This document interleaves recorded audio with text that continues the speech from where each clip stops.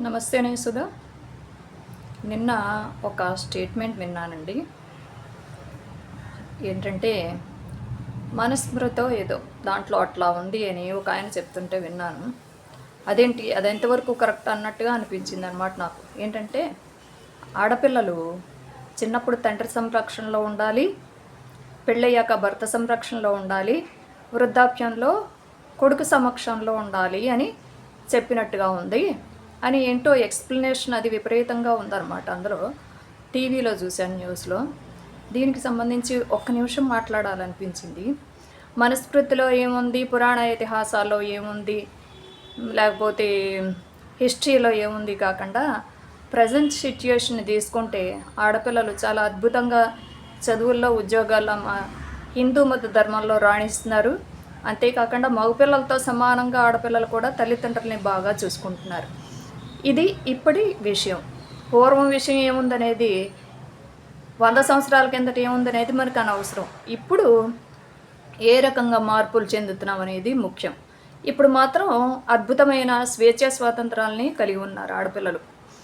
అయితే ఆడపిల్లలు కలిగి ఉన్నారు అని అనటానికి ముందు మనుస్మృతో ఏదో మరి ఆయన చెప్పిన దాన్ని బట్టి తండ్రి సంరక్షణలో ఉండటం తప్ప, బాల్యంలో ఆడపిల్ల చాలా మెంటల్ స్ట్రెంగ్త్ని కలిగి ఉంటారు. మగపిల్లల కంటే కూడా ఎక్కువ అద్భుతమైన మెంటల్ స్ట్రెంగ్త్ అనేది ఆడపిల్లల సొంతం చేస్తాడు భగవంతుడు. ఎందుకంటే వాళ్ళకి మగపిల్లలకి ఇవ్వని బాధ్యత, పిల్లల్ని పెంచడము కనటము ఇట్లాంటి బాధ్యతలు ఇచ్చాడు.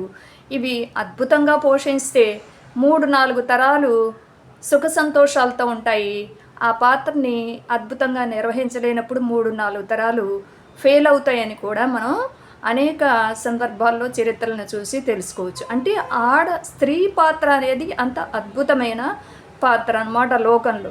మరి ఇట్లాంటప్పుడు తండ్రి సంరక్షణలో ఏ మతంలో పిల్లలైనా బాల్యంలో తల్లిదండ్రుల సంరక్షణలోనే ఉంటారు.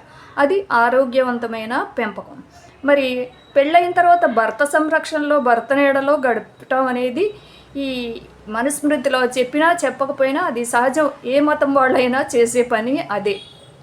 మరి వృద్ధాప్యం వచ్చిన తర్వాత పిల్లల నీడలో ఉండాలి అని కోరుకుంటారు ప్రతి తల్లిదండ్రి. దానికి కులం మతంతో సంబంధం లేదు. అంటే లోక సహజ విషయాల్ని అందులో చర్చించడం జరిగింది. కానీ మీరు ఇది చేసి తీరవలసిందే అని కాదు. అక్కడ లోకంలో జరిగే మెన్షన్ సహజంగా సిద్ధంగా మానవ జీవితంలో జరిగేవి అక్కడ మెన్షన్ చేయటం జరిగింది. ఉండాల్సిందే అని అంటే ఉంటారు, ఉండకపోతారు, వాళ్ళ ఇష్టం. ఉండటం వల్ల కష్ట నష్టాలు ఏమాత్రం ఉండవనేది నేను చెప్పగలను. ఎందుకంటే స్త్రీకి కంపల్సరీగా ఒక అండ అనేది అవసరమా అంటే ఏం అవసరం లేదు. మనం స్వేచ్ఛా స్వాతంత్రాలతో బతకచ్చు, ఉద్యోగాలు చేసుకుంటున్నాం, చదువుకుంటున్నాం అని అన్నా, ఎంత చదువుకున్నా ఎంత ఉద్యోగాలు చేసుకున్నా కానీ ఒక సెక్యూరిటీ అనేది మరి చిన్నప్పుడు తల్లిదండ్రులని నీడలో పొందొచ్చు, పెళ్ళైన తర్వాత ఇట్లా కాదు. అక్కర్లేదు, భర్త అక్కర్లేదు, పిల్లడక్కర్లేదు. వృద్ధాప్యంలో ఇండివిజువల్గా ఒక్కళ్ళే బతకాలి, అది కరెక్ట్ అనుకుంటే వాళ్ళ అభిప్రాయాలు వాళ్ళకు వదిలేస్తాను. కానీ అట్లా బతకడం వల్ల ఏంటంటే ఒంటరిగా ఉన్న ఆడవాళ్ళకి, సంరక్షణలో ఉన్న ఆడవాళ్ళకి చాలా డిఫరెన్స్ ఉంటుందన్నమాట. ఒంటరిగా ఉన్నప్పుడు ఏంటంటే నేను చూసినవి చాలా సంఘటనలు బట్టి, అంటే 20 ఏళ్ల కిందటి నుంచి ఇట్లాంటి విషయాలు కూడా నేను చర్చించడం, గమనించడం కూడా జరిగింది. మరి ఒంటరిగా ఉన్నప్పుడు సమాజంలో ఏ శక్తులు వాళ్ళని కావాలంటే ఆ రకంగా ఉపయోగించుకోవడానికి మగవాళ్ళనైనా ఆడవాళ్ళనైనా చూస్తాయి. అట్లా కాకుండా కుటుంబము, బాధ్యత, ఒక సంరక్షణ ఉన్నప్పుడు ఏంటంటే వాళ్ళ వైపు అడుగు వేయటానికి ఎవరైనా కూడా కొంచెం భయము, భీతి ఇట్లాంటివి ఉంటాయన్నమాట. రెస్పాన్సిబిలిటీ అనేది కుటుంబాల నుంచి, సంరక్షణ నుంచి ఆడపిల్లలకి దక్కుతుంది. ఇది తప్పనిసరిగా మతంతో సంబంధం లేదు. ఏ మతంలో వాళ్ళకైనా ఇది ఒక బాధ్యతతో, రెస్పాన్సిబిలిటీతో కూడుకున్న సంరక్షణ అనేది ఆడపిల్లలకి తప్పనిసరిగా అవసరము. ఎంత చదువుకున్నా, ఎంత ఉద్యోగాలు చేసినా రెస్పాన్సిబిలిటీ కలిగిన సంరక్షణ అనేది తప్పనిసరిగా ఆడపిల్లలకి ఉండటంలో అది ఎంతమాత్రం తప్పు కాదు. మేము అదందరం కూడా మా మతంలో ఉన్న ఆ పద్ధతిని ఆనందంగా స్వీకరిస్తున్నాము.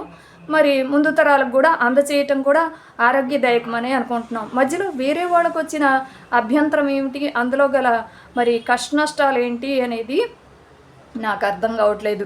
మా మా మతంలో ఇట్లా ఉన్నా, మా మతంలో లేకపోయినా అది ఆరోగ్యవంతమైన విధానమే.